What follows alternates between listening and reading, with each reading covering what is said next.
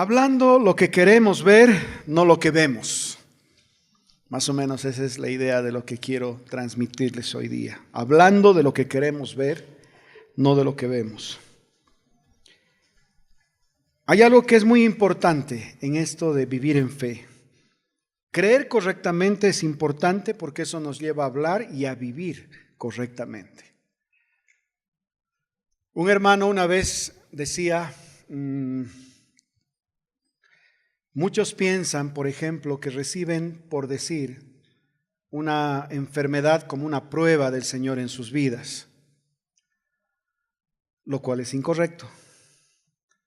Pero, entonces él decía, no, es que tengo esta enfermedad, es una prueba del Señor, está probando mi fe. Y dice, y después este hermano va al médico para que lo atiendan.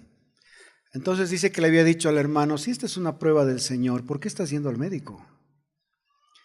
¿No deberías dejar que a través de la fe resuelvas este problema? Porque si vas al médico, entonces estás desacreditando al Dios que te está probando.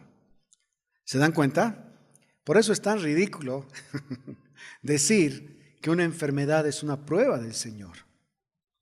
Una enfermedad puede tener múltiples orígenes, pero de que algo nosotros tenemos por cierto es que el Señor murió en la cruz para que nosotros, Él fue llagado para que nosotros fuéramos o podamos vivir en una salud milagrosa. ¿Por qué a veces ocurre inmediatamente o por qué a veces pasa un tiempo hasta que esa salud llega a nuestro cuerpo? No sé, pero lo que sí sé es lo que dice la palabra. Y mientras exista enfermedad, yo me voy a colgar de esa palabra, así como todos ustedes, hasta que podamos ver el milagro de Dios manifiesto delante de nosotros. Y una de las cosas muy importantes para que eso ocurra es creer correctamente. Y el creer correctamente es creer en la palabra. Aquí en Juan 10:10 dice, el ladrón no viene sino para hurtar, matar y destruir. Yo he venido para que tengan vida y para que la tengan en abundancia. Entonces, llego a una conclusión al respecto de esto. Una de las cosas que el ladrón, el que viene para hurtar, una de las cosas que primero roba en nuestras vidas, ¿saben qué es? La palabra. ¿Y por qué roba la palabra? Porque la palabra es nuestro medio para apropiarnos en la medida en la que la meditamos, como hemos estado hablando, de las promesas y el favor de Dios en nuestras vidas. Entonces, lo primero que quiere hacer es venir a robar tu vida devocional. Es venir a robar tu tiempo de lectura de las Escrituras, tu tiempo de meditación en la palabra.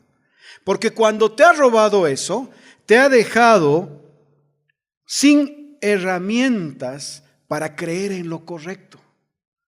Te ha dejado sin herramientas para creer en lo que es de Dios, en lo que es verdadero, en lo que es tuyo, lo que es tu promesa.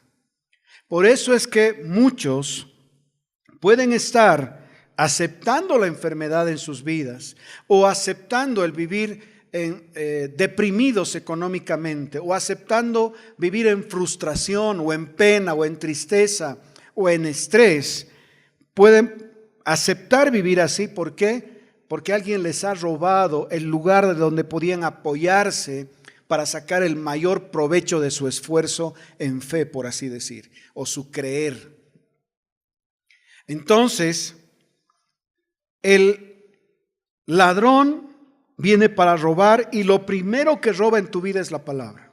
El momento que robó la palabra puede afectar tu vida familiar, puede afectar tu vida de negocios, puede afectar tu vida de estudios, puede afectar tu propósito en la vida, porque no hay dónde apoyarse. Y la fe se apoya en la palabra de Dios. En 2 Corintios, el capítulo 4, el versículo 13, dice, pero teniendo el mismo espíritu de fe, conforme a lo que está escrito, creí, por lo cual hablé. Nosotros también creemos, por lo cual también hablamos. Entonces, una fe que está fundada en la palabra, lo siguiente que tiene es una proclamación. Dice, creí, por lo tanto, hablé. Al hablar, entonces tú estás construyendo en tu vida. Miren, el Señor en Génesis, miren en Génesis capítulo 1. Génesis 1, versículo 2. Dice, la tierra estaba desordenada y vacía, y las tinieblas estaban sobre la faz del abismo, y el Espíritu de Dios se movía sobre la faz de las aguas. Dice, la tierra estaba desordenada, vacía, y las tinieblas estaban sobre la faz del abismo. Cuando el Señor vio esa situación, ¿qué habló? Dijo, miércoles, tanta oscuridad. Dijo, tanto desorden. O dijo, sea la luz. Porque la fe, el creer correctamente, que activa la fe, habla sobre las circunstancias no como se las ven, sino como tú las quieres ver en Dios, así como dice la palabra. ¿Se dan cuenta? Por eso dice que, por eso es que en el Génesis el Señor, al mirar la oscuridad, al mirar el desorden, dijo que se haga la luz. ¿Por qué? Porque él, ¿qué estaba viendo? Aquello que estaba creyendo, que este era un lugar de luz. Este era un lugar donde podíamos tener una habitación, un lugar donde crecer en él, un lugar de luz, un lugar verde, un lugar de vida. Entonces, ¿qué es lo que pasa con las circunstancias? Nos llevan a creer cosas que no son, para que vivamos cosas que no nos pertenecen. Porque cuando vemos una circunstancia difícil y empezamos a reforzar esa circunstancia difícil en nuestras vidas, empezamos a creer lo que estamos viendo y empezamos a hablar lo que estamos viendo, entonces, ¿qué hacemos? Estamos construyendo una realidad en la que estamos escogiendo vivir. Eso también es fe. Sin embargo, cuando nosotros escogemos creer en la palabra, dice, creyendo las cosas que no son, como si fuesen, dice la palabra. Más claro, ¿no? O sea, no me está yendo bien, es mi negocio, no me está yendo bien. Pero ¿qué dice la palabra? Sé objetivo, mira la situación en la que estás, no estás bien. No, no dice eso. Lo que dice la palabra es que su sangre fue derramada en sus sienes como un testimonio de que Él se estaba llevando toda pobreza y toda miseria para que nosotros seamos enriquecidos en el trabajo de nuestras manos.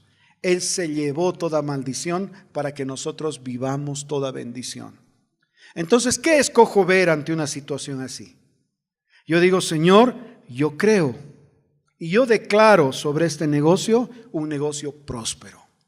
Declaro sobre este negocio un negocio lleno de buenos contratos. Declaro sobre este negocio buenas utilidades, un negocio rentable, un negocio que crece, próspero, que es capaz de bendecir a muchos con trabajo. ¿Se dan cuenta? Una cosa es levantarse y decir, miércoles otra vez tengo que ir a luchar en este negocio, ¿no? Que parece que nada sale. O puedes levantarte y decir, Señor, hoy día vuelvo a declarar tu palabra y hoy día tengo la oportunidad de ver los milagros y los prodigios que tú puedes hacer a través de esta declaración de fe que yo hago en el nombre de Jesús, apoyado y agarrado en la palabra del Señor. Entonces nosotros definimos la realidad en la que queremos vivir. Nosotros definimos la bendición en la que queremos vivir. En Filipenses capítulo 4,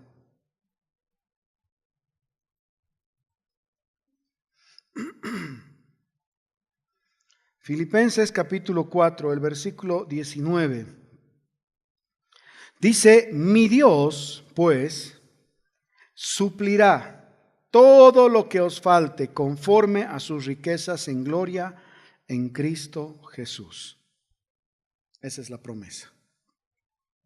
¿Qué dice? Mi Señor, mi Dios, suplirá todo. Porque tú dices, tal vez esto se está refiriendo a la parte emocional. No, dice todo. Todo lo que les falte, conforme a sus riquezas en gloria en Cristo Jesús. ¿Cuáles son las riquezas en gloria del Señor? Traten de medir. Como dicen los chiquitos, te quiero así, porque ya no saben cómo decir que te quieren más, ¿no? Traten de medir, no hay forma. ¿Dónde están contenidas las riquezas en gloria del Señor? No hay algo que lo pueda contener. Y dice que el Señor nos suple todo lo que nos falta, conforme a sus riquezas en gloria. ¿En qué área quieres pensar?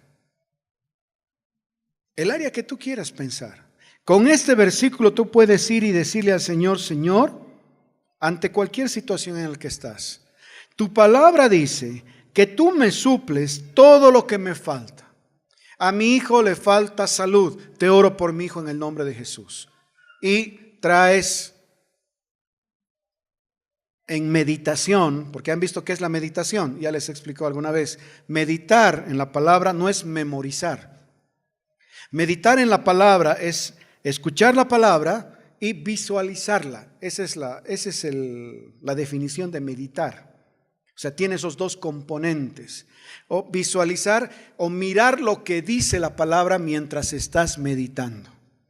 Entonces tú puedes decir, este hijo que está enfermo o esta situación que necesita una solución, Señor, yo miro esto que dice aquí, que tú me suples todo lo que me falta. Entonces, quiero mirar que tú estás bendiciendo mi vida, que tú estás bendiciendo mi casa, estás bendiciendo mis hijos. No veo las circunstancias, sino hablo el testimonio de tu palabra con respecto a esta situación. Y ese hablar, ¿qué es lo que hace? Activa algo en nuestro ambiente, activa algo en nuestro medio. En primer lugar, cambia tu actitud hacia aquello que estás haciendo. Y en segundo lugar, así como dice aquí, libera, crea, como el Señor en Génesis. Él habló y fue hecho. Hay un poder muy grande en las palabras que hablamos. Por eso es hablando lo que queremos ver, no lo que vemos. En Mateo 6:26,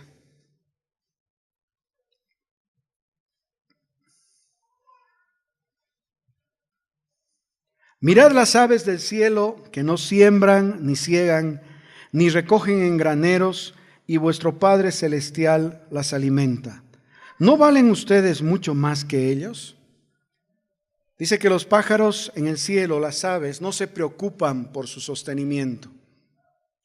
Un pastor decía, realmente no se preocupan, creen en la provisión de Dios. Dice, a veces yo estoy en mi living mirando noticias, y en las noticias dice que hay una crisis en el sistema económico mundial, de que hay problemas con el petróleo, de que hay problemas y que hay dificultades y que va a haber falta. Pero dice, un día me pongo a escuchar por la ventana y mientras yo escuchaba todas esas noticias, dice, escuchaba a los pajaritos cantar. Entonces él dice, mientras yo me alimentaba de malas noticias, el pajarito que sabe de dónde viene su provisión, canta. Entonces, ¿cuál es la enseñanza? Que es el cantar, es el abrir tu boca y decir, Señor, gracias. Sin importar cómo están las circunstancias, yo sé cuáles son tus pensamientos para mí. ¿Y saben qué dice la palabra? Que sus pensamientos para nosotros son de bien y no de mal. Entonces, nuestras bocas deberían ser como las bocas de esos pajaritos que cantan, alaban y dan gloria a Dios. ¿Por qué? Porque saben que su sustento, que su provisión y que sus circunstancias no determinan las cosas externas, sino lo que dice su palabra, que soy yo. Lo que dice su palabra de cómo vivo yo o cómo debo vivir yo. Entonces ahí cambia, es una nueva mentalidad, es una nueva forma de pensar. Ya no pensar en la angustia de la necesidad, sino pensar en la alegría de la riqueza que tenemos en Dios. Ya les he dicho, aquel que medita en su situación de crisis, o sea, aquel que, es alguien que sabe meditar. Pero el problema es que nosotros aprendamos a meditar en las cosas que cambian nuestras vidas. Cuando 12 hombres fueron a investigar la tierra prometida, la tierra donde tenían que llegar, el pueblo de Israel saliendo de su esclavitud de Egipto, 10 tenían un mal reporte y 2 tenían un buen reporte y 10 tenían un mal reporte. Los 12 vieron toda la abundancia y la bendición que había en esa tierra, ¿sí o no? El reporte era unánime. Dice que eran racimos de uvas que tenían que cargar entre 2 porque eran extremadamente grandes. Dice que era una tierra que estaba llena de bendición y del favor de Dios. Todos habían visto que en esa tierra había bendición. ¿Pero qué hablaron? 10 dijeron, nos van a comer como langostas. Y 2 dijeron, ¿por qué? Nosotros no los vamos a comer como pan. Dios es el que está respaldando nuestras vidas en esto. De los 12, ¿quiénes pudieron entrar a esa tierra? Solo 2. ¿Qué pasó con los 10? Murieron en su declaración. ¿Se dan cuenta? Por eso, hablando lo que queremos ver. Hablamos lo que queremos ver, no lo que vemos. ¿Qué hicieron los 10? Hablaron lo que vieron, objetivos. O sea, personas objetivas, digamos, ¿no? Porque dijeron, hemos visto esto, este es el reporte que les trajimos. Los otros dijeron, hemos visto esto, pero nosotros sabemos que Dios nos va a entregar esta tierra. Entonces, sin importar en qué circunstancia estás, necesitamos hablar la palabra, porque la palabra nos va a llevar al lugar de bendición que nosotros esperamos en nuestras vidas y en nuestras familias. ¿Acaso hay algo imposible para el Señor? La misma palabra se responde. Dice, no hay nada imposible para Dios. Amén. Entonces miren el caso de esos. Ahora en Lucas. Y podemos ver un montón de casos, pero vamos a ver solo algunos. ¿Qué hora es? En Lucas 6.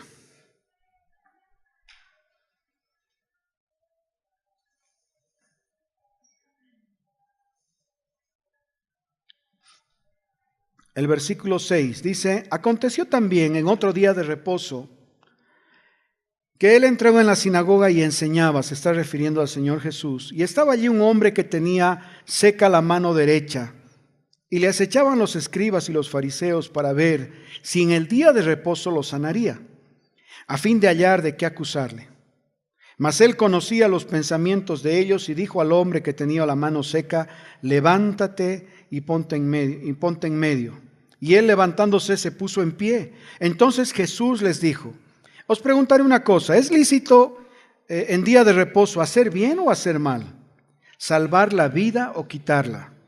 Y mirándolos todos alrededor, dijo al hombre, extiende tu mano. Y él lo hizo así y su mano fue restaurada. Miren las circunstancias en las que se encontraba Jesús. Él podía haber dicho, realmente este hombre, tienes un problema muy serio. Y si era una mano, digamos, tullida o más corta, bueno, ahí no necesitas sanidad, o sea, la manito está ahí, pero está corta, o sea, es una mano o una mano seca, una mano más chica. Se necesitaba un milagro creativo para que esa mano pueda volver a su tamaño, más o menos como las colas de los camaleones, ¿no? Se les corta la cola y les vuelve a crecer. Los lagartos, ¿no?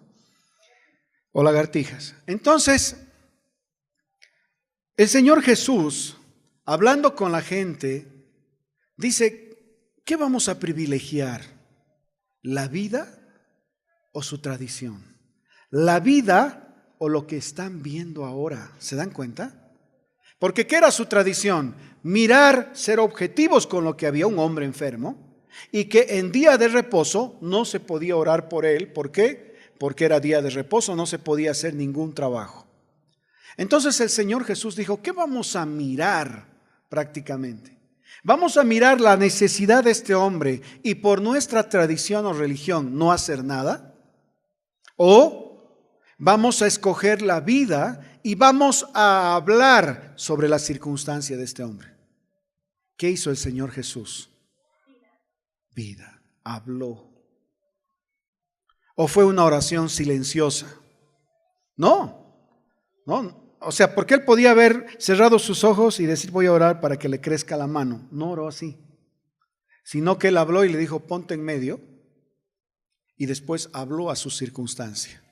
Entonces, ¿qué necesitamos hacer ante las circunstancias? Hablar vida. ¿Y qué es hablar vida? Hablar la palabra. Dice Jesús es el camino, la verdad y la vida. Jesús es el verbo, es la palabra. Entonces, cuando hablamos la palabra, ¿qué estamos hablando? Estamos hablando vida. Y cuando hablamos vida, las cosas ocurren. En Marcos 11,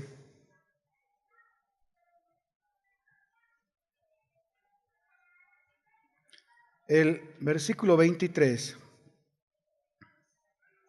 miren lo que dice aquí. Porque de cierto les digo, que cualquiera que dijere a este monte, quítate y échate en el mar, y no dudare en su corazón, sino creyere que será hecho lo que dice, lo que diga, le será hecho.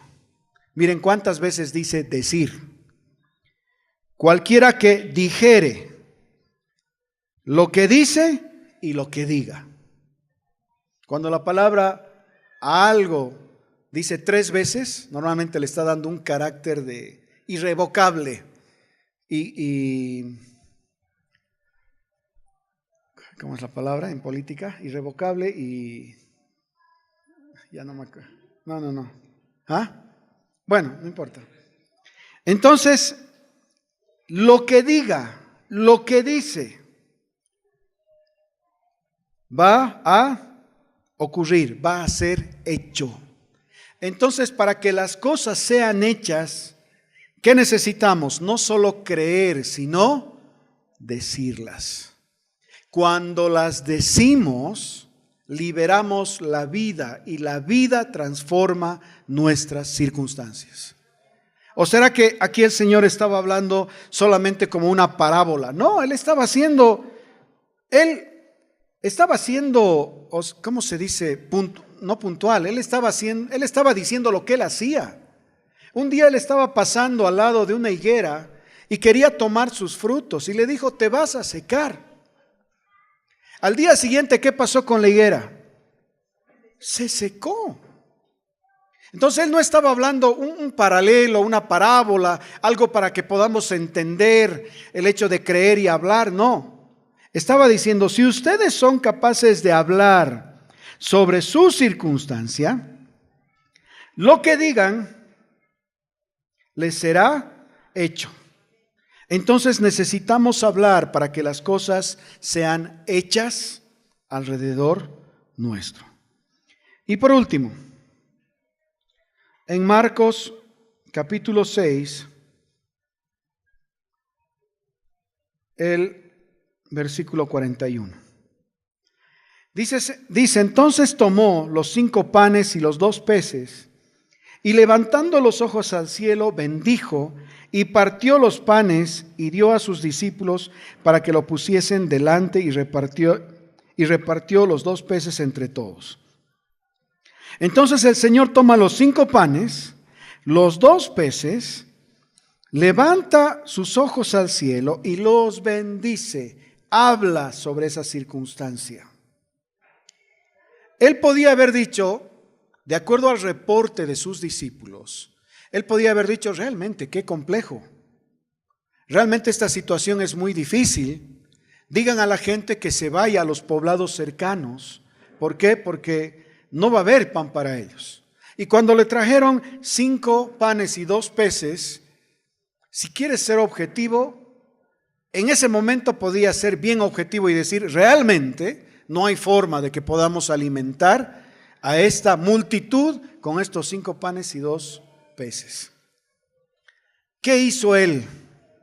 Miró al cielo, a los recursos en gloria que están dispuestos para bendecirnos. Así hemos leído un versículo.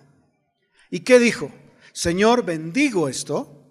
¿Y qué vio? Él vio una multitud satisfecha.